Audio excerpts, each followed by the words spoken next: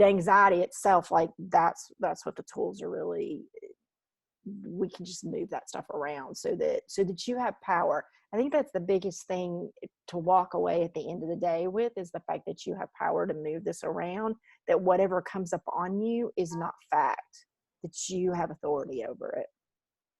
So. Yeah, I just had a chance to watch your video that you posted in the Facebook group. Oh, okay. And so I know exactly the event that happened to trigger it. Okay. All right. But we'll let me get through the lesson piece and then we'll work on it. Oh, absolutely. Yeah. Because then I can, like, that can be our example for how to deal with anxiety. Because everybody's got stuff. I mean, their phobia may be different. Right. Everybody has stuff. And it is amazing to me how many people that I talk to that they're like, oh yeah, I have this phobia, but I just work around it. Yeah. And it's like, but I can fix your leg so you don't have to limp anymore. Like, why would you not want to do that? Yeah. I mean, this event happened almost 20 years ago and I fly all the time. So Right. If it didn't have to be a painful experience every time, then that would be awesome. Yeah. Most people, I can't tell you the number of people that, like, they had to be drugged or whatever. And did I tell the story? Like, I forget sometimes what I tell. Did I tell the story about the pastor that as we started working, he realized that when he was a little kid, he had a die-cast plane, and I had another lady that hers was, they had a severe turbulence on one of her flights, and the look on the flight attendant's face is what got her. Yeah. And so she had been hobbling along ever since that event. Yeah. But that's going to be similar to mine too. It's just the one experience, right. but we learn really quick, and then the body keeps the score.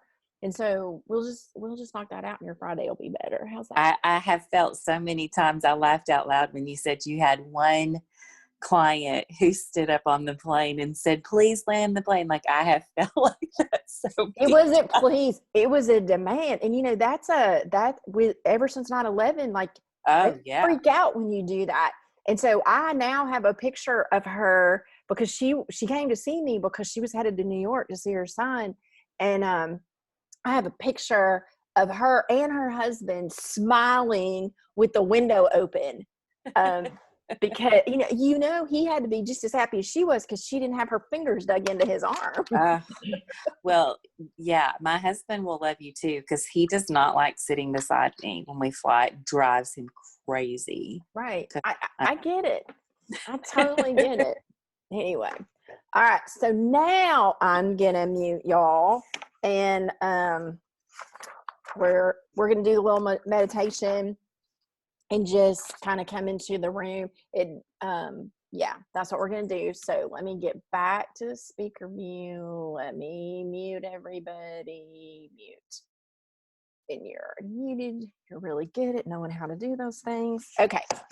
And so just close your eyes. This is a time for you to contemplate your creative service as creator.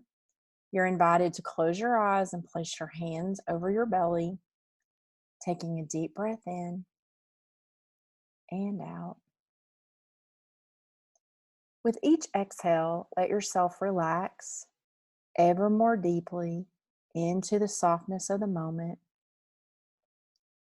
Let your neck relax and let your shoulders drop just a little lower. Imagine every cell in your body taking a deep breath in and out. This is your invitation to create a safe space to simply be, to be exactly who you are, and to feel exactly how you feel. Let this time be a gift of self-care and rejuvenation for every cell in your body. With each exhale, any excess energy of the day washes away effortlessly, leaving this moment fresh and new. In this game of life, you are invited to be your own extraordinary self. You are the hero of your own journey. As a creator, you are here to explore, investigate, and discover the truth hidden inside of you. You are invited to be a detective of the divine, searching for magical clues, signs, and synchronicities in the everyday life. And when you discover something exciting, will you be brave enough to share it with others? There is great depth inside you, and it wants to be shared. Take a deep breath in and hold it in. Let the air circulate throughout your body, enlivening every cell inside. And as you exhale, let your awareness sink deep into your bones, past the blood and muscle tissue, into the hard, dense, solid skeletal system that supports you. Feel into the soft, porous marrow inside of your bones. You are the softness amid the channel of support and structure. Feel this balance of relaxation and concentration. Can you soften your inside while remaining sturdy outside? Feel your body. Is there any place of constriction? Straighten your spine. Relax your shoulders. Let yourself sink into the core of your belly. The game invites you into playful curiosity of your own soul. What secret corridor are hidden inside of you? Consider taking the time to simply be with your own creativity. Let your awareness swim inside of yourself. Notice what thoughts, images, or memories arise. With your hands on your belly, simply breathe and be. Let yourself be safe, exactly as you are, no matter what arises. Take one more deep breath in and out, thanking yourself for the courage to be you.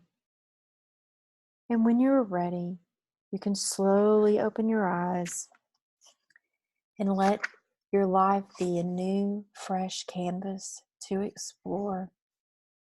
And so let's begin. If you want to share, just unmute yourself, or I think if you raise your hand, I can see it. I don't know. I haven't done that yet. Anyway, so last week we learned pushing the food away. In that process, we literally envisioned ourselves pushing our favorite food away and then using basic Pete to turn down the volume or intensity of emotions that came up. Then we did the exercise again, but this time with an authority figure standing behind us. Oftentimes I find food issues are actually what I call power plays. We can't often control what is going on in our world or how we feel, or that we feel overpowered by other people, but we can control the food. And so they won't boss us around or boss what we eat. And so this internal program runs. And so we've made a decision at some point, but then we bury it. And I want to make sure that I separate the two functions.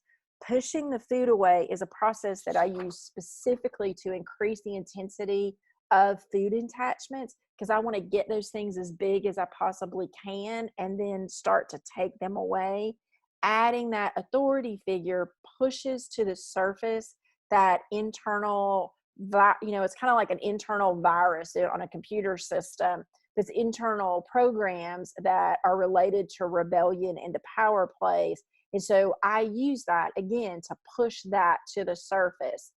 Basic Pete is the tool that we use to integrate and resolve emotions.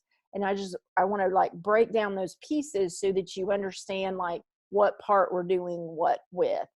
And so again, I only use the pushing the food away and that authority figure piece around food. I probably would use the authority figure piece around something else that might be self-sabotaging, but it would be around a behavior that you keep bumping up against, typically not just like an anxiety, because it just comes from a different place. So we'll talk more about that as we go. Okay, so I don't know if I went into this story last week. I may have told this story. I could tell the story a lot, but I'm going to tell it again because it is really important, or at least I think so. So God talks to me through visuals. And so one of the things was about being in this fun house. He gave me this visual about being in this fun house. The fun house is the house of mirrors at the fair. And so, if you've been in that house of mirrors, it's completely draped in black. And then the mirrors, when you reflect back, that you get a distorted image. And so you're like really oddly long, or you're oddly wide, or your head looks really weird in one mirror and your legs look really weird in another. And so the images are completely they're completely distorted. And so one day as I was working on myself, like the Lord gave me that picture, and I saw all these distorted pictures of myself, and he was like, that's the images that you're seeing. You're seeing all these distorted pictures because what's being reflected back is inaccurate information. But then, what came next is kind of the woo-woo piece, is like I had this entity that came up over my right shoulder, and it was completely cloaked in black. And even when I went to look, like its face was blacked out. And then as I saw it, it went and it hid in the black draperies. And it said, I'm here to keep you safe. And so I don't want you to see me, because it's like it didn't want me. If I saw it, then I could work on it, right? And I could make it go away. But it believed it was safety. And so, what my takeaway from that is that there were these things that were in me that I had created, but they were distortions of safety. And so every little kid wants to be safe, right? You just think about, as a kid, how vulnerable you are because you're relying on your parents for everything, or the adults in your life. But, you can't, feed yourself, or, supply yourself with food or clothing or shelter. And so safety is a really big deal. The other thing about safety is, like, I think about, like, we lived in California when I was like 6 or 7, and there was a child that had been abducted. So my mother like became obsessed with me being every mindful about that, somebody getting too close to her car, or, just, I don't know. She had lots of safety issues for some other reasons that went on in her life. So she became really hypersensitive about them. And so then I learned those from her. And so then I ended up with these safety issues that are, that weren't, they were delusional. They weren't, I don't know, it's that place past, they're not serving you anymore. And if you live in such a world where you're so afraid of everything, then you don't go do anything, in just that hyper vigilance of a constant safety. And I know everybody doesn't carry it quite to the extreme, but being mindful about what role safety places. And if you don't ever go back and kind of shore that up, then you're living from that place of